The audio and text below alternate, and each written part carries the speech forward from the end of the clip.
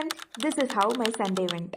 Morning லேட்டாக தான் எழுந்திரிச்சேன். வெந்தய தண்ணி குடிச்சிட்டு தலைக்கு மசாஜ் பண்ணி பேக் கோம்பிங்லாம் பண்ணிவிட்டு ட்ரெஸ்லாம் துவைக்கலான்னு எடுத்துட்டேன்.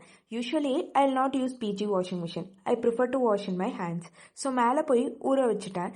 செம்ம வெயில்.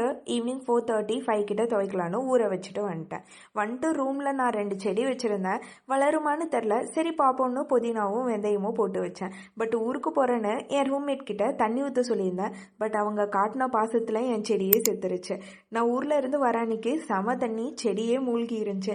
சரி பரவாயில்ல, அகெயின் ஏதாச்சும் பண்ணலான்னு விட்டுட்டேன். தென் கொஞ்ச நேரம் ஒர்க் பண்ணிட்டு ஃபோன் பார்த்துட்டு இருந்தேன். தலைக்கு ஃப்ளாக் சீட்ஸ்லாம் போடலான்னு நினச்சேன். பட் எதுவுமே பண்ணல.